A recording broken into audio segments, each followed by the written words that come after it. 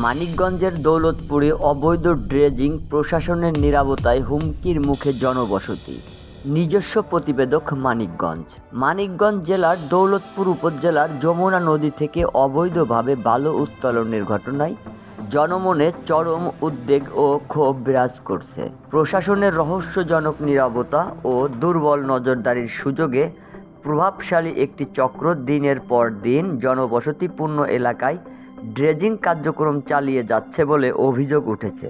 দৌলতপুর উপজেলার বাঘুটিয়া ইউনিয়নের বাঘুটিয়া বাজার সংলগ্ন যমুনা নদীর তীরবর্তী এলাকায় দীর্ঘদিন ধরে অবৈধভাবে বালু উত্তোলন চললেও কার্যকর কোনো প্রশাসনিক পদক্ষেপ না থাকায় পরিস্থিতি দিন দিন ভয়াবহ রূপ নিচ্ছে।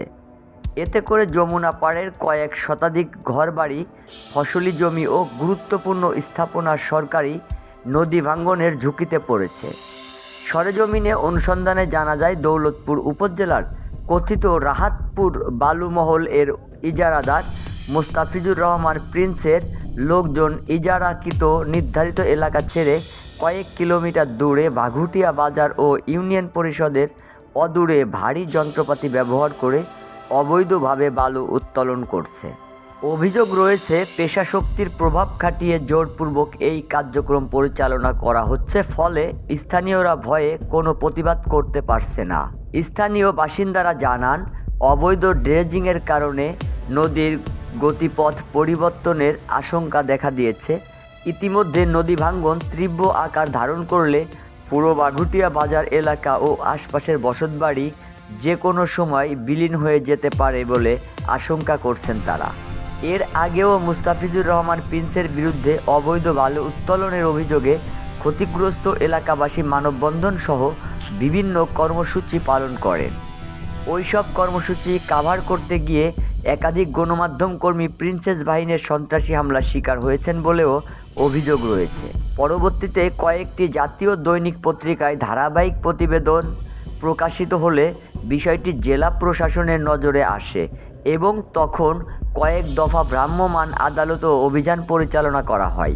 তবে এলাকাবাসীর অভিযোগ, অভিযানের পর সাময়িকভাবে কার্যক্রম বন্ধ থাকলেও প্রশাসনের নজরদারি শিথিল হতেই পুনরায় বাঘুটিয়া এলাকায় অবৈধ বালু উত্তোলন শুরু হয়। এতে করে প্রশাসনের ভূমিকা নিয়ে জনমনে নানা প্রশ্ন ও সন্দেহের সৃষ্টি হয়েছে।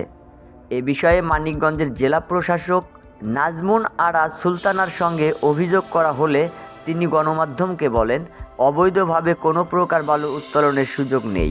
কোথাও অবৈধ বালু উত্তোলনের প্রমাণ পাওয়া গেলে সংশ্লিষ্টদের বিরুদ্ধে সর্বোচ্চ কঠোর আইনগত ব্যবস্থা গ্রহণ করা হবে। তবে স্থানীয়দের প্রশ্ন, প্রশাসনের এমন আশ্বাসের পরও কিভাবে দিনের পর দিন প্রকাশ্য জনবসতিপূর্ণ এলাকা থেকে বালু উত্তোলন চলে? অবৈধ ড্রেজিং বন্ধ না হলে যমুনার ভয়াল ভাঙ্গনে যে কোনো সময় বড় ধরনের মানবিক বিপর্যয় ঘটতে পারে বলে আশঙ্কা করছে এলাকাবাসী। তারা দ্রুত কার্যকর ও স্থানীয় পদক্ষেপ নিতে সংশ্লিষ্ট কর্তৃপক্ষের জরুরি হস্তক্ষেপ দাবি করছেন।